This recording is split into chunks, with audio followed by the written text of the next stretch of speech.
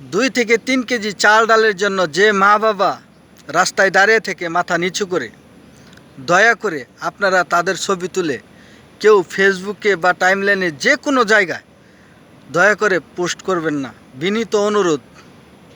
আসসালামু আলাইকুম, আমি আমিনুল চলে এলাম বিডি ব্লগ থেকে। তো আজকের যে বিষয়টা, বন্যা কবলিত মানুষ এবং যেই সমস্ত মানুষ দানের জন্য দাঁড়িয়ে থাকে, আসলে কিন্তু ভাই তারা কিন্তু প্রকৃত গরিব মানুষও না বা ভিখারিও না। তো আজকে আমাদের দেশে যে বন্যা পরিস্থিতি, তার জন্যই আজকে পরিস্থিতির শিকার সবাইকে হাত পাতা লাগতেছে। এখন অনেকেই আছেন যে আপনি 5 টাকা দান করলেন, আপনি একটা ফটো তুললেন, একটা ফটো তুলে ফেসবুকে ছেড়ে দিলেন। ভাই, এতে আপনার হয়তো লাভ হবে, কিন্তু যেই বাবা মা,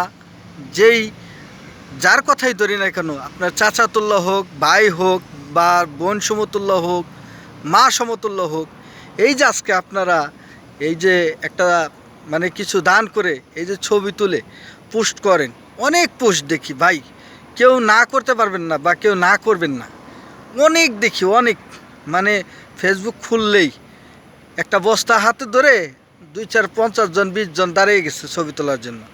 আরে ভাই, এটা কেমন মানবতা? আজকে আমরা সকল প্রবাসীরা আজকে এই যে অর্থ দান করতেছে বা এই অর্থ দিচ্ছে এই ত্রাণের জন্য, কেউ কি ছবি তুলছে? কেউ কি বলছে যে আমি 5,000 দিচ্ছি, আমি 10,000 দিচ্ছি?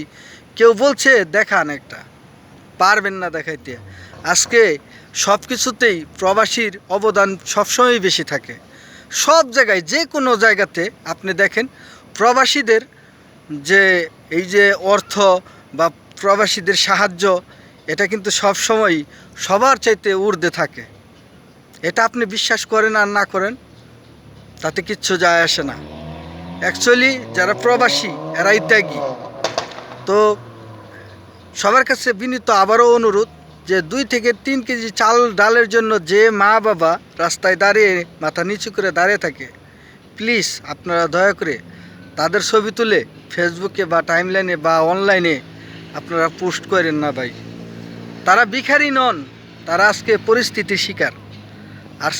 আজকে যে বন্যা, ভয়াবহ বন্যা দেশে, তো এই পরিস্থিতির কারণেই আজকে তারা হাত বাড়াইতেছে বা হাত তুলে কিছু নিচ্ছে। তো সবার কাছে এই বিনীত অনুরোধ, আপনারা কেউ এই ভুল কাজ করেন না। তো যাই হোক, আমি আমিনুল প্রবাস থেকে সবাইকে একটু সতর্ক করার জন্য এবং কি মানে একটা অনুরোধ নিয়ে আসছিলাম। আপনারা দয়া করে আমার অনুরোধটা রাখেন এবং কি পারলে ভিডিওটি লাইক, কমেন্ট, শেয়ার করে পাশে থাকবেন। তো ভিডিওটি বড় করবো না, যেহেতু একটা অনুরোধ নিয়ে আসছি, একটা অনুরোধের কথাই বললাম। তো সবাই দোয়া করবেন এবং দেশের মানুষের জন্য দোয়া করবেন। যারা বন্যা কবলিত আছেন, আল্লাহ জানি অতি তাড়াতাড়ি পানি নামিয়ে নেয়। তো যাই হোক, আশাবাদী সবার কাছে আপনারা সবাই সবার পাশে থাকবেন। যে যতটুকু পারেন, যার সাথে যার লিঙ্ক আছে, যে যেভাবে পারেন আপনারা সাহায্য করে যান। কারণ পানি এখনও আছে, পানি এমন না যে চলে গেছে। তো সবার কাছে এই রিকোয়েস্ট রেখে আমি আমিনুল আজকের মতো এখানেই বিদায়। তো ভিডিওটি যদি ভালো লাগে অবশ্যই লাইক, কমেন্ট, শেয়ার করে এবং আমাদের চ্যানেলটি সাবস্ক্রাইব করে বেল আইকনটি দিয়ে দিবেন। তো সবাই ভালো থাকেন। আসসালামু আলাইকুম।